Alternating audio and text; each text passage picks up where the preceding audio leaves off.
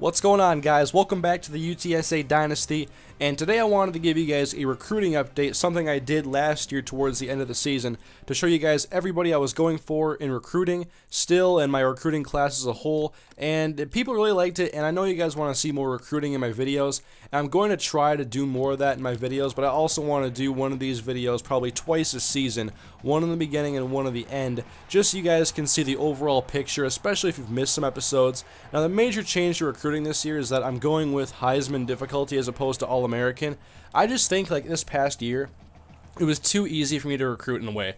Like, I had 3 4-star prospects, and I didn't really have too much struggle, to be honest. I focused on a smaller group of players, and I was able to really do well with my recruiting class, and I had the 25th best in the nation, so obviously UTSA would be in a very good spot if they had the 25th best class, and I did get some great players, and I am really happy with the players that I got, but I want to go to Heisman now because if we're going to be a top-tier team, it's going to be competitive, and we want to see that Heisman difficulty on there because it's going to be more of a, I guess, more dramatic in some ways, and probably even more realistic because we had a better recruiting class than teams like Miami and a lot of teams in the bigger conferences. So I just want to make it a little bit harder, but still, our goal is to improve this team, and obviously this year we have a different strategy than the past because in the past, we were a young team. We could go for the best talent available and just be fine with that and build depth, but now, the team is no longer young. The team is now in their 4th year, and that means most of these players are seniors. 24 of 70 players are seniors. Not most, but that's a huge number of seniors on this team. I mean, that is just unheard of. I don't know if it's unheard of, but it's going to cause us to have to fill a lot of holes for the next season, and it's probably going to be upcoming in a few seasons again because we have a lot of freshmen this year. It's just going to be the way it goes. So we have a lot of spots to fill this year. 24 seniors are graduating, and we have 25 scholarships. And so I've looked at the roster, and I'm really happy with the way the offense is coming together right now. And I know it's only been 1 year so far in Season 3, but if you look at some of the talent we have and how they're going to progress, I think there's a lot to be excited for there. And as far as our youth goes, I mean, have young running backs, have a freshman quarterback, some good receivers that are going to blossom, hopefully. But defense right now is going to be the focus, and this recruiting class is really going to be focused on building up our defense after last class was pretty much on offense. So we're definitely looking at strengthening our linebacker core because, in my opinion, it's the worst aspect of this whole team. We have 2 inexperienced starters in Dominic Carter and John Walker, and then Cody Rogers graduates. So really nobody is safe on that linebacker core for next year.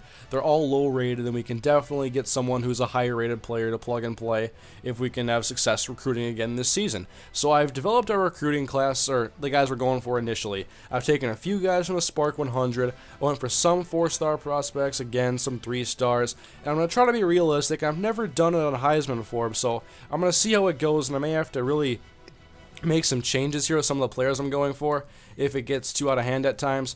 But we're going to have 1 quarterback graduating, so we have to get a backup there. And then there's not really a whole lot else on offense I'm looking at besides just overall offensive linemen that can be good and redshirted and stuff like that. So on defense, I want to strengthen the defensive line. We did get a couple of defensive tackles this year, but we also have to build depth because we have both of our starters graduating this year. So that's why I'm going for DT. And then outside linebacker, obviously, I have a lot on this list because I want to find somebody who can hopefully end up replacing, well, Cody Rogers will graduate, and then we have John Walker, whose spot isn't safe. So outside linebacker is the primary need right now. It's the #1 goal to get the biggest impact player we can at outside linebacker. And also, we have kicker and punter both graduating and no depth at all those positions because I haven't really given it enough effort in recruiting. So I have to go through and do that.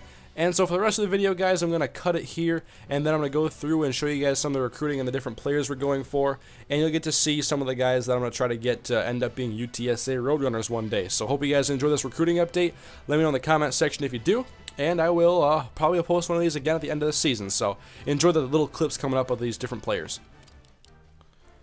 Alright, so this is my first recruiting attempt on Heisman difficulty, and it was more difficult, and I actually lost points one of the times where I looked for his interest level and playing time, and so I only gained 57 points, and we're down by 60 in the recruiting against USF, so I'm probably going to end up giving this guy a scholarship offer, but he's basically what I'm looking for. He might be redshirted next year, but who knows? He could end up being a starter as well. It'll all be based on progression, but if you look at his skills, he's got good speed and acceleration for an outside backer, and just his overall skills so far is what I like. I like guys who are coverage-based rather than rush-based, so his ratings are definitely going to suffice in those areas, and so we'll just see if going forward we can get past USF here. Not much for competition in this department, but I think it's a guy that we can definitely get.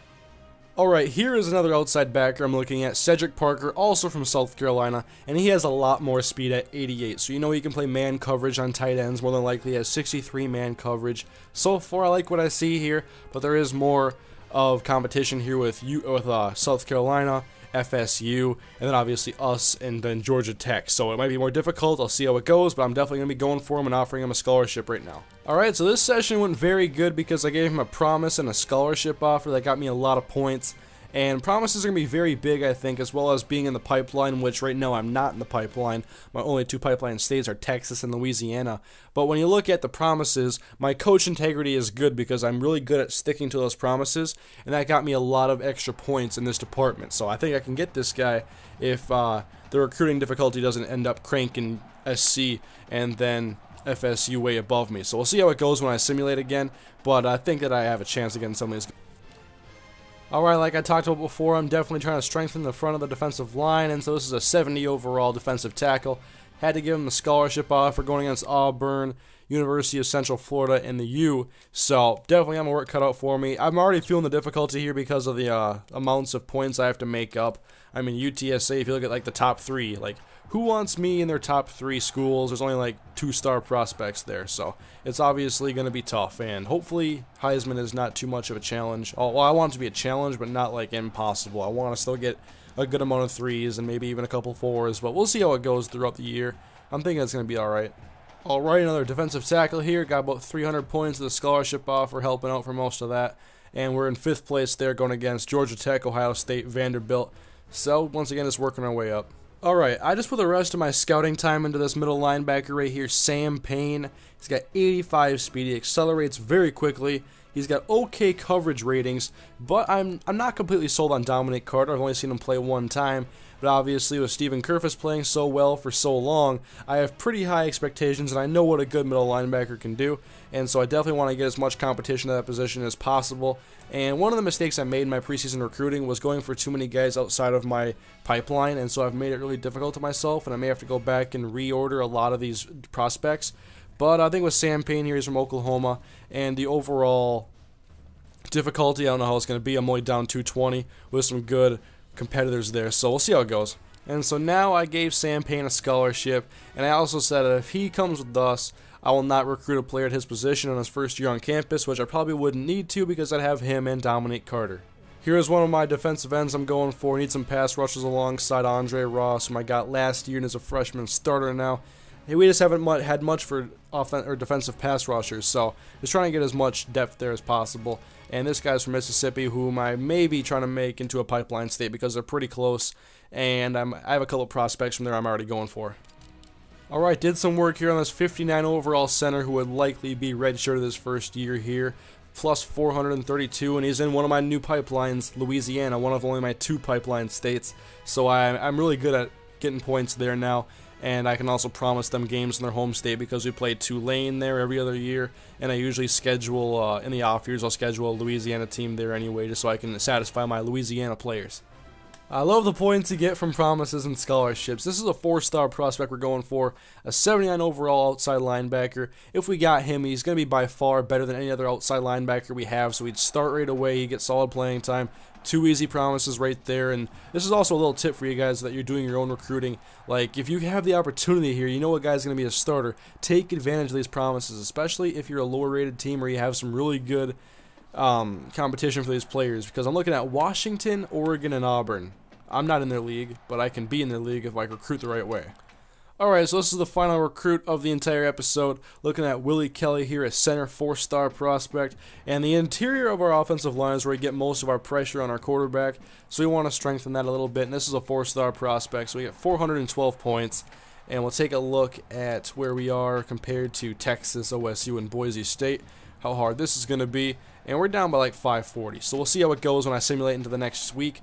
But this will be the end of the episode, guys. The end of the recruiting update here. You can see some of the recruits I'm going for, and you know the positions I'm going for as well. But I have to get a lot of recruits this year, otherwise I'm going to have like walk-ons, like 40 overall or whatever, because I have to replace 24 players.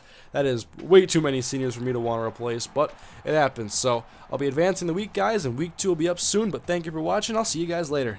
By the way, leave feedback and a like on the video, please.